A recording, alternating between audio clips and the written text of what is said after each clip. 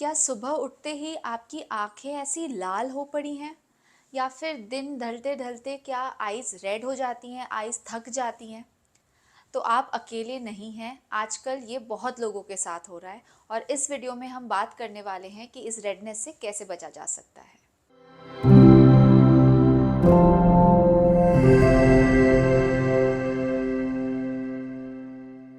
नमस्कार, मेरा नाम डॉक्टर श्रेया नायक है और मैं एक आई स्पेशलिस्ट हूँ working at Acura vision clinics, रूप नेत्रालय, मेरठ। आज हम बात करने वाले हैं इस सीजन के सबसे इरिटेटिंग सिम्टम की, that is red burning eyes.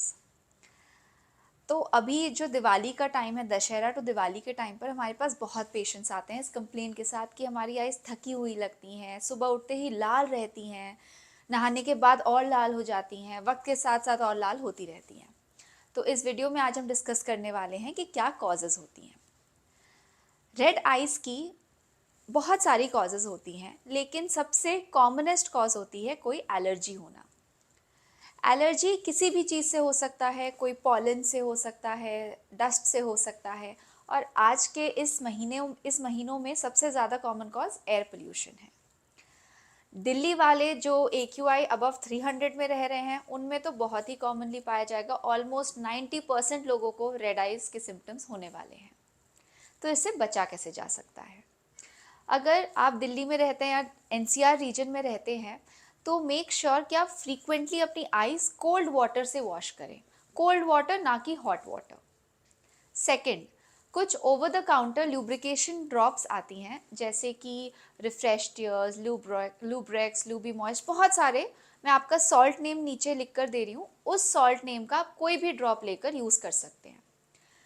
ये एटलीस्ट आप दिन में 5 to 6 टाइम्स तो डाल ही लीजिएगा, specially if you going out, बाहर ट्रैवल करना है। जो लोग टू व्हीलर्स चलाते हैं, बाइक्स चलाते हैं, ऑटोज़ में चलते हैं, वो लोग प्लीज़ ये ड्रॉप ज़्यादा इस्तेमाल करिए, because it is nothing but just washing off the pollutants in your eye. अगर आपको रेड आइज़ के साथ खुजली भी होती है, तो एक ऑफ्थल्मोलॉजिस्ट या आई स्पेशलिस्ट को ज़रूर कंसल्ट करिए, बिकॉज कुछ और ड्रॉप्स होती हैं जो इसको इन सिम्टम्स को बेटर कर सकती है।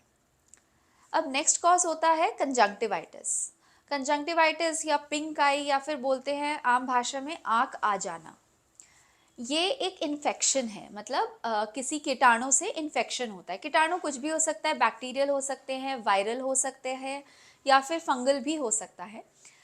लेकिन इसका ट्रीटमेंट यूजुअली ड्रॉप से हो जाता है, एंड अर्ली ट्रीटमेंट बहुत अच्छा रिकवरी कराता है। अगर आप कुछ ना भी ट्रीटमेंट करो तो भी 70 to 80% लोगों में ये सेल्फ लिमिटिंग होता है, स्पेशली वायरल कंजंक्टिवाइटिस।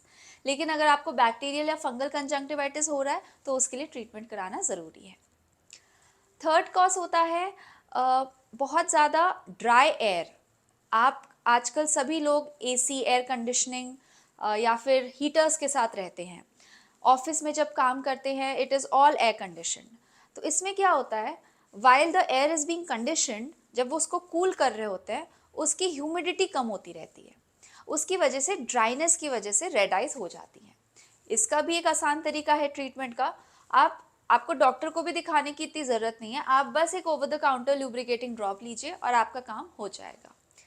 लेकिन ये ऐसी बात हो जाती है कि जब तक ड्रॉप डालते रहो तब तक आँख ठीक रहती है, जब ड्रॉप डालना बंद कर दो तो फिर से वही प्रॉब्लम आ जाती है। ये वही बात हो जाती है कि एक प्यासे को आपने पानी पिला दिया, तो ऐसा नहीं कि एक बार पिलाया और काम खत्म ज़िंदगी भर के लिए, बार बार पीना पड़ता है। सेम थिंग आइस के लिए भी वही चलता है। अगर ड्राई हो रही है ice for what ever reason, for your life style, for your work, what ever the reason, आपको बार बार उसमें ड्रॉप्स डालनी पड़ती हैं। नेक्स्ट होता है कंप्यूटर विजन सिंड्रोम्स में। जैसे आप 8 घंटे, आप सपोज एक कंप्यूटर इंजीनियर हैं, IT में काम करते हैं, तो it's your work to work for 7 to 8 hours per day. तो अगर आप डिजिटल स्क्रीन पर 8 घंटे देखते रहते हो without much blinking, because you forget to stare, कभी भी आप कोई कॉन्सेंट्रेशन से कुछ काम करते हो तो आप बहुत कम ब्लिंक करते हो, and then the same thing happens, it becomes dry and then it becomes red. Next cause है जो हमारी आंखों की पलकें होती हैं, आईलिड्स होती हैं, उसका इन्फ्लेमेशन।